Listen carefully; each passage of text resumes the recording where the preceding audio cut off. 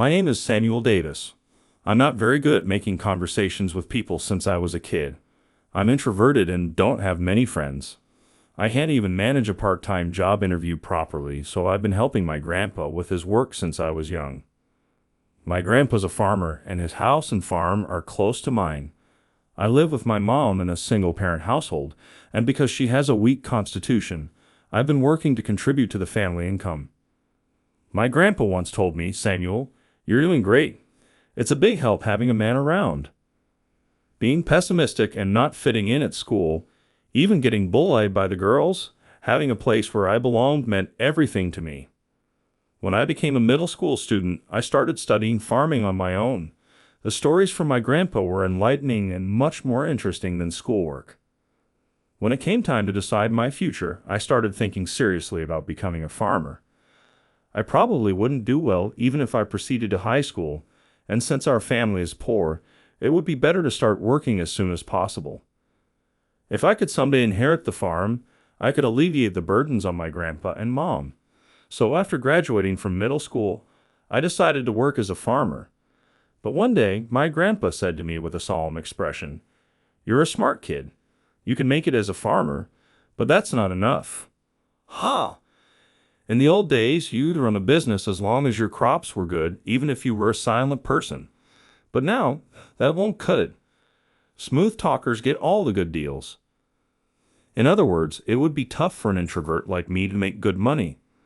Indeed, if two people were selling the same quality vegetables, I'd want to buy them from the one who is more sociable. Nowadays, even farming has entered an era where it's all about networking and aggressive marketing. It's meaningless to grow delicious vegetables if you can't sell them. I need to overcome my shyness. One day, as I was having such thoughts, I received a notice for a middle school reunion. I wasn't particularly excited, but my grandpa said, "This might be a good opportunity to get over your shyness. Go give it a shot." So I decided to go. The venue for the reunion was booked out, and it was bustling with a bunch of people when I entered. I was alone, just looking around without anyone to talk to. Then I noticed a very beautiful woman at the front. She was stunning and had a great figure. She was wearing a brown dress that was very chic and elegant. Did we have someone like her in our class? It's been quite a while since we graduated, and I don't remember her name, but she probably doesn't remember me either. As I was thinking that, I was tapped on the back. "Samuel? Michelle?" It was Michelle Johnson, a classmate from elementary school in our hometown. There's no one who doesn't know her. Her father is the president of a large corporation. She's the typical president's daughter. For some reason, Michelle came and sat next to me. Then other classmates began to gather around Michelle. All of them had grown up to be very fashionable. I felt embarrassed in my boring attire. Though I'd been trying to keep out of the conversation, Michelle suddenly raised her voice. "Speaking of which, weren't you riding a tractor the other day?" "Duh, yeah. I've been farming since I graduated from middle school." "Really? You're a farmer right after middle school?" "No wonder. When you walked in, I thought you were some grandpa." Hilarious. Ha ha ha. She was loudly saying this in front of everyone intentionally, and this made me feel like all the people in the store knew about it. The others looked at me with a mix of pity and cruel expressions, like they'd found some entertaining tidbit. "I heard that even farmers are fashionable these days, but you're totally different, Samuel." "I don't really have many clothes," I thought. So, ha ha, led by Michelle, everyone laughed all together. This was typical of her. She'd been teasing and bullying me for as long as I could remember. I could understand it during our school days, but I couldn't figure out why a person like her would still target someone like me. Then one of our female classmates spoke to her. "Hey, Michelle, isn't that famous actress going to be in a commercial for your father's company? Do you get to meet her?" "Yeah, it's not a big deal." "Amazing. Have you ever met her?" "She was in a magazine recently." A lively conversation began, and once again I was left out. Then Michelle said to everyone, "Hey, why don't we get together for drinks again with the same group? Let's meet next month." "Sounds great by men." "Hey Samuel, you should come too." I'm sure the moment she called me, I could almost hear the unspoken "YM" from every win. Despite the fact that she had always mocked me, I wondered why she would want to see me. I needed to use the restroom. Unable to bear the cold stares, I left the table. A few seconds later, laughter broke out of the table. I felt like they were laughing at me, and it weighed heavily on me. When I returned from the restroom, I didn't go back to the previous table. I sat in a corner, drinking alone. Then, the woman in the brown dress who was sitting next to me earlier gave me a warm smile. I wished I could strike up a conversation smoothly at times like this, but I was at a loss for words. As I sat there in silence with my glass in hand, she started the conversation. "You're Samuel Davis, right? I overheard earlier. Are you a farmer now?" Apparently, she had heard my conversation with Michelle earlier. I felt embarrassed, but she didn't seem to be making fun of me. "My grandpa runs a farm, and I hope to take it over someday." "That sounds wonderful." No, I can only help out a little for now." I was surprised to find myself able to continue the conversation despite mumbling, but that time abruptly ended. Michelle had returned. "Samuel, are you hitting on her?" "Come on, farming folks can't do that." Laughter echoed throughout the store at her comment. She didn't stop there. Hey, I heard that farmers eat things like locusts. Is that real?" "Fun? Absolutely not. That's disgusting." My situation kept getting worse and worse. I felt terrible for ruining the mood, especially for the woman in the brown dress. She had the kindness to approach someone like me. I thought about leaving the place, but then that woman in the brown dress said something unexpected. "I've eaten locusts before." "What?" "I've also eaten crickets. They tasted like shrimp, and they were really good." That caused a great commotion, but maybe because she was attractive, her words seemed to have a certain sway over everyone, and the reaction started to change. "I've heard about it too. Eating insects is becoming a trend, right? I've seen it on TV too, and in some places abroad. They even eat crayfish." Their opinions suddenly turned positive and started to fly around. Michelle tried to steer the conversation back, but everyone was siding with the brown dress girl, so nobody was listening to Michelle anymore. "Samuel, should we get going soon?" "Oh, what?" Suddenly, I was taken away by that woman in the brown dress. I was not sure what was happening. We walked down the night road. "But why did you help me?" "Also, I'm sorry, I haven't even asked for your name yet." I still couldn't remember who she was. Then she said with a blush, "I'm Jennifer Roberts. Do you remember me?" "Jennifer? Wait, that Jennifer."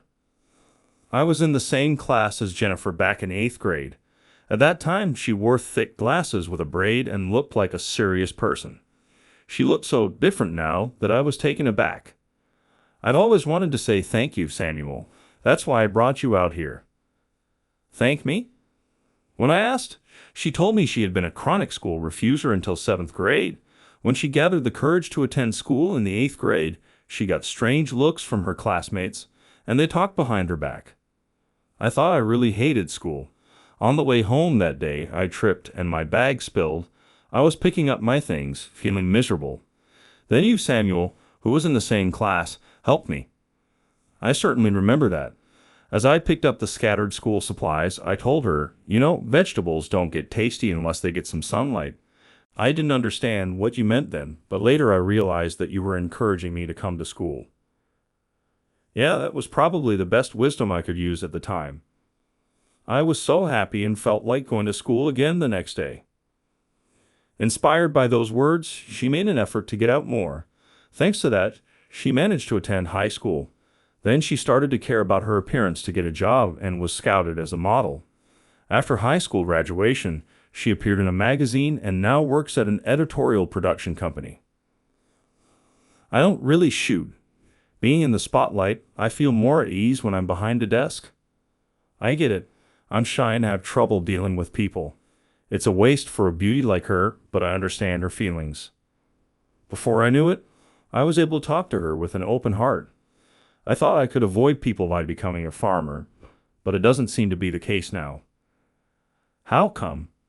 When I told her the problem my grandpa pointed out, she fell into deep thought, but she soon said, "Samuel, would you show me your work just once?" A few days later, she really came to our farm and also brought a photographer. The collaboration of youth and farming seems to be popular content these days, and they're apparently planning a special feature. I wasn't sure about the whole thing, but she interviewed my grandpa and me quite extensively. When the article came out, the response seemed to be more than we expected. Thanks to her writing, popularity spread like wildfire, and we started receiving interview requests from other media outlets. I was treated like a man of the hour, and thanks to that, I got used to talking to people. My grandpa praised me, saying, "You made a good friend in the middle of all this."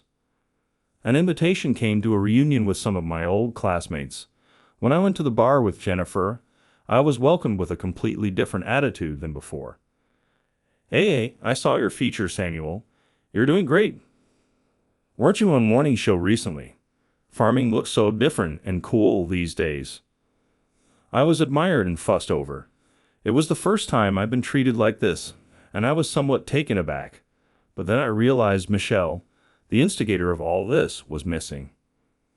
After the party, Jennifer said she wanted to go somewhere, so I followed, and there was Michelle in the bar when we walked in. "Why is Michelle here?" I asked. Jennifer replied, "When I was writing your article, I researched local farmers and found her grandfather's name among them." I was surprised by her sudden words, but Michelle continued the story. "My grandpa has also been farming for a long time. My parents were busy, so when I was little, I spent a lot of time with my grandpa. It seems her grandfather, after stepping down from the presidency, took up farming, hoping to make a name for himself by only his ability. But things didn't go as planned, and he couldn't grow good vegetables. Back then, Michelle used to accompany her grandfather to the market with their vegetables, but they always had leftovers.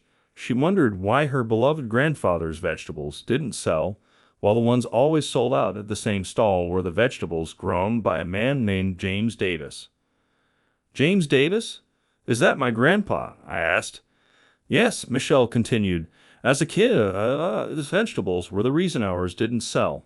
Of course, my grandpa never said such a thing, but I wasn't convinced. When I found out in middle school that you were his grandson, Samuel, I was so frustrated that I bullied you. But it turns out that wasn't the only reason." She was walking the path her parents had laid out for her. Even if she had something she wanted to be, she was scared of failing like her grandfather. "But Samuel, you chose to be a farmer on your own, and even though you were laughed at, you always tried hard. Even though I get praised a lot, in the end, it's all thanks to my parents or the company, and I can't do anything on my own. Why are we so different?" As she said this, she started crying. I couldn't help but speak up. "Is your grandpa still farming?" Yeah, Michelle replied. "Can I visit the farm sometime? I want to see what kind of field it is. I'll bring my grandpa along." "Can I join too? There might be something I can help with." Jennifer also asked. Michelle looked surprised. "Why, even though I've been so mean to you, I won't deny it was tough, but maybe it's my farmer's blood. I want to see your family's vegetables anyway." Although she had been silent for a while, Michelle wiped away her tears and whispered a small thank you. After that, I went with Jennifer and my grandpa to Michelle's grandfather's farm. Grandpa and I gave advice on soil and fertilizer, while Jennifer and Michelle thought about ways to get the word out with their local friends. Sales isn't a competition. Let's work together to boost local farming. Grandpa said. Michelle happily agreed with a yes, and her face seemed to shine brighter than in any expression before. In our teens, we were all naive and immature, often running away because we were scared of failure. But I think if you bathe in the sun, you can get enough nutrients in your heart. Then all you can do is believe in yourself and those around you, and move forward. Because there will surely come a time when you will be rewarded, no matter how many years it will take. The day will come when you can cultivate a fruitful life. I believe that.